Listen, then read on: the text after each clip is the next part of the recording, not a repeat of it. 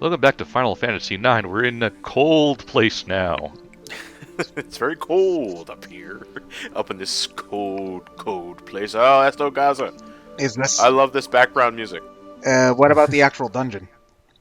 It's not really a dungeon, it's just town. a town. Oh, okay. Is this Yeah. just a town so that you have a town up here? Mm-hmm. Okay. Yes. More or less, And this although place I gets haven't sealed off after this 3, so absorb the sights now and absorb the background music, because this is the only time you're going to hear it. Is there anything you can Yeah. easily miss in here, or? There's random encounters here too. The fuck?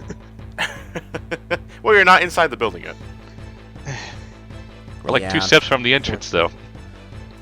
Yeah, unfortunately, you can still run into some birds and shit while you're They're outside. gorillas. I think they're gorillas. Are they? Yeah, I'm pretty sure they are. Well, I would love to confirm this, but Ryan didn't turn on his target window for some reason. Like, why would you ever want to select your monsters manually by cursor? Your cursor targeting gets screwed up whenever the camera moves, and it's never fucking consistent. How do these things? But yeah. Like, That makes me sad. what the hell even are these things? Like, They're They're birds. bird heads with wings on them, obviously. yeah, but like, why? It's Final Fantasy. I get that, but why? Because Final Fantasy.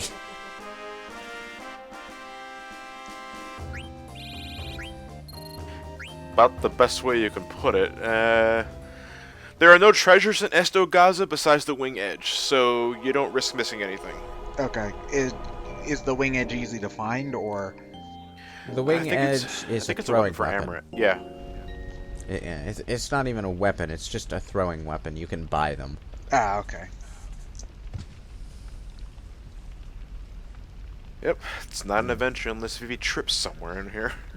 Esto Gaza isn't really a church per se, it's more of a holy place. Yeah.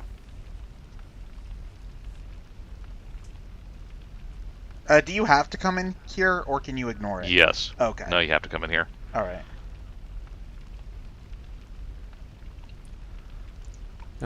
God damn.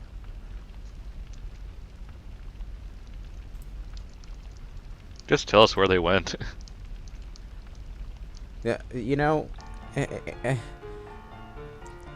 no matter how detached you are from the world, I'm pretty sure you should, you know, by the time you're old enough to be a bishop, you should have enough of a sense of priorities to know when danger is danger, and when urgency is urgency. You know? Yeah, basically. So when you see a guy in black robes and a pointed hat carrying a little girl under one arm as they walk past you, that should set off some alarm bells. Nope, nothing wrong here.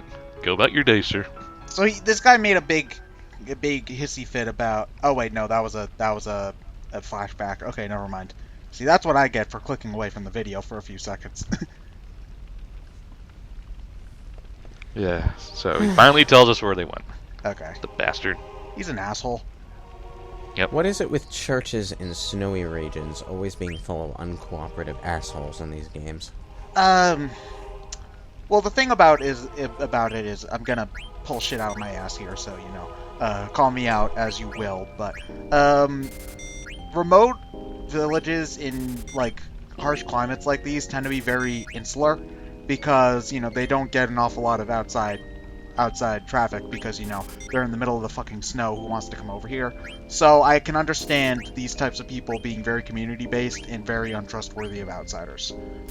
It makes a certain amount of sense, which leads to a certain amount of assholishness to people like the main characters of the game who just kind of come in and ask questions like obnoxious jackasses. So, yeah. Oh, well, I was just commenting on how this whole situation reminded me of Final Fantasy XIV, but okay. Okay. Yeah, in Final Fantasy XIV, you get to Ishgardian territory, which is in the snowy mountain regions, and the people there are uncooperative religious dicks too. So, Yeah, that could probably have something to do with it as well. So, it's an easy trope to fall into, I suppose. that and, JRPGs seem to hate religion.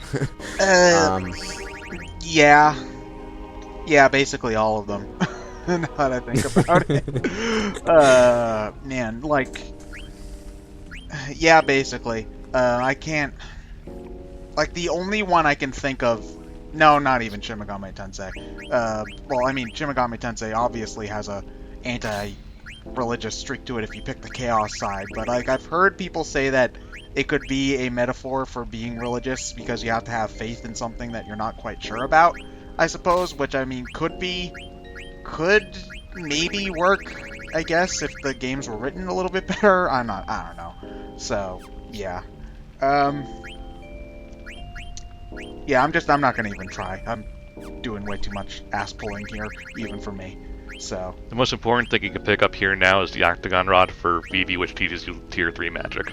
All of it? Ah, yes. Yep. Oh, okay, yeah, All that's three very of them. important. Can anybody else cast black magic on your team other than Vivi? Nope, just Vivi. Oh, okay.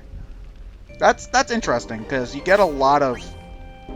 Like, you get a lot of people who can just sort of punch, but you don't get anybody else who can cast any black magic. Which is interesting. Like, you don't get any kind of red mage type character at all. So... Nope. Well, the balance out to that, though, is that you do get 2 summoners who can cast elemental magic of a sort. Yeah, So- that's true. So yeah, the summons are basically just fancier magic spells anyhow. So I guess that is pretty true. So yeah, I guess you're right. It's just still kind of an odd choice. But you said This is the Oh. This is the Moogle that tells us that Artemisian, or whatever his name is, used too much of that thing. what thing? So, the thing for Magnet. Oh, what are we? What were you Yeah. gonna say, Ted? Oh no, I was just confused. Okay. No. So volcano, yeah. Is this Yep. a dungeon or a town? This is a dungeon. Okay, it's just a It's abandoned. a short one. Okay, it's an abandoned. It just Yeah. looks like an abandoned town. All right, or maybe Yep. like a mine shaft, I suppose. Hmm. Yeah. You're never really given a whole lot of context for Mount Gulg, I don't think. I mean, there's obviously stuff here that once served a purpose for someone, but what that purpose is and for who it was served, nope, nothing. So why did Kuja capture Aiko again? Leverage. Leverage. Okay, Yeah, basically a hostage.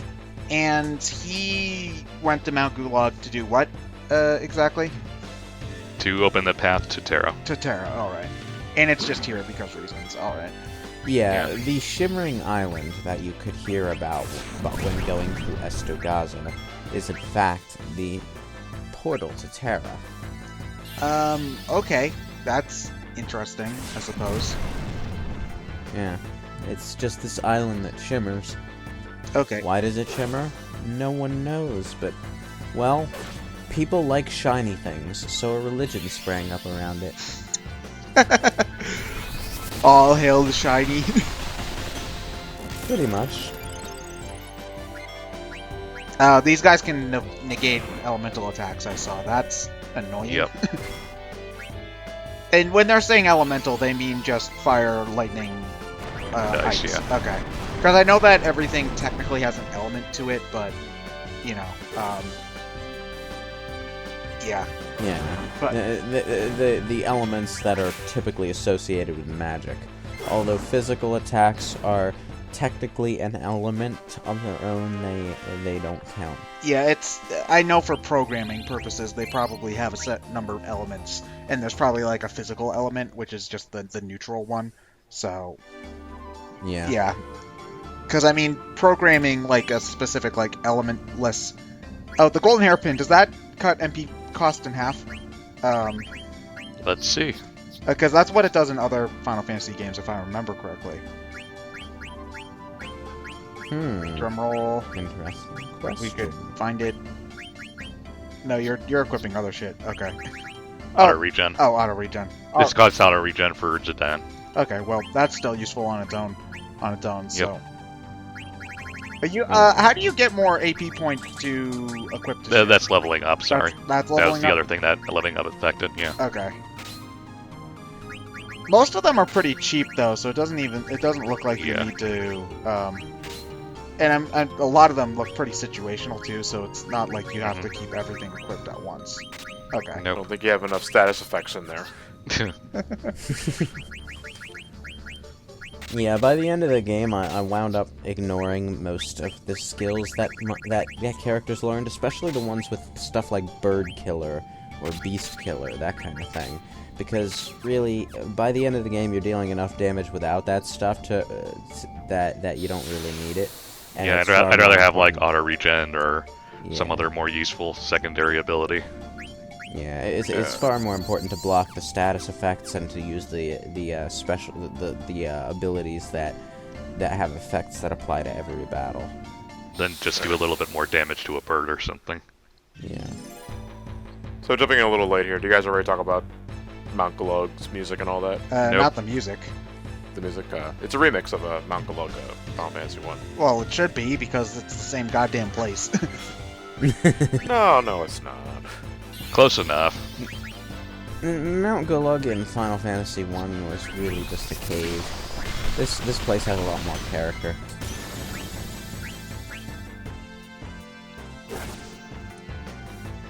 Are these guys technically undead? Probably. Either those skulls are just masks or they have skull for faces. So... What? God. Booga booga booga. Is that status effect what I think it is? Wait, why is... Oh, yeah, it's heat. Oh, wait, so you're saying that Garnet's in heat? Yeah, okay. Oh, no, it might have been just Berserk. Oh. Okay. Well, it's gone now, so there. What Yeah. is heat status effect? Move and you die. Oh. Oh. Yeah, pretty much. And yeah, it was heat because they're also using Frozen. And fuck Frozen too. Both of these status effects suck. These guys look supremely annoying. Totally missed. Frozen status effect prevents you from doing anything, and if you get attacked by a physical attack while you're frozen, you die. Oh, because you get shattered? Yep. Yeah. Eek. It's one of the reasons why I hated getting petrified underwater in Final Fantasy X. Oh, fuck that. Okay, wait, if you get attacked while petrified in Final Fantasy X, you'll shatter. But if you get petrified underwater, your character model just floats down and breaks apart. Yeah. Oh, that's... That's instant kill. Oh, God. And That's instant kill and you're removed from the battle. oh, so you don't even get XP. You can't revive that person. That's a... Nope. Yeah. How early into the game is that?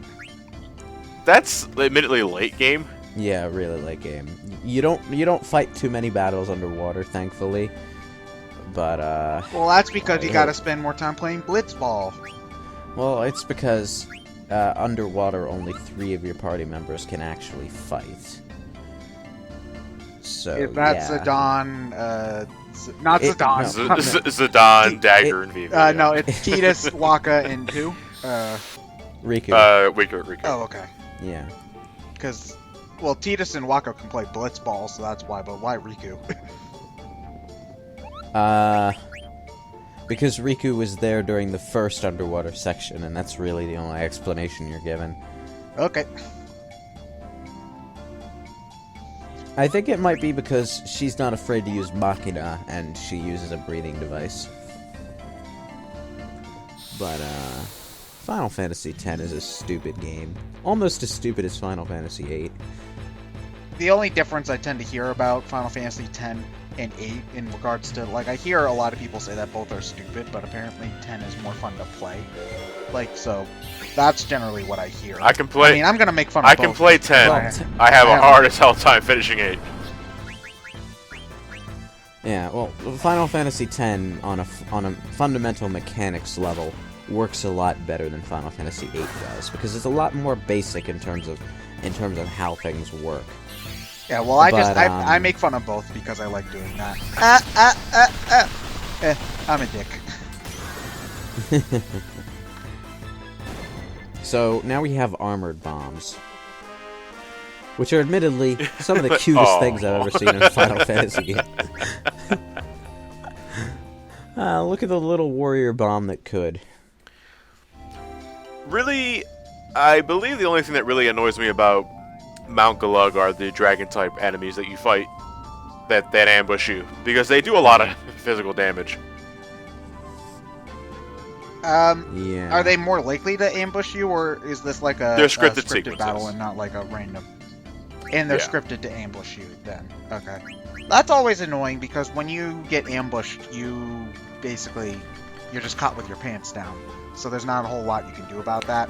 So When you get ambushed from behind, your rows Yeah. also switch. yeah, so not only do you have to waste a turn healing if you're low on health and you're behind on ATB anyway, you also have to switch around. Oh, is it Yep. like this guy right here? Red Dragon. Oh, what Oh, an we're not gonna odd fight him in the cutoff next part, point! Stop teasing me!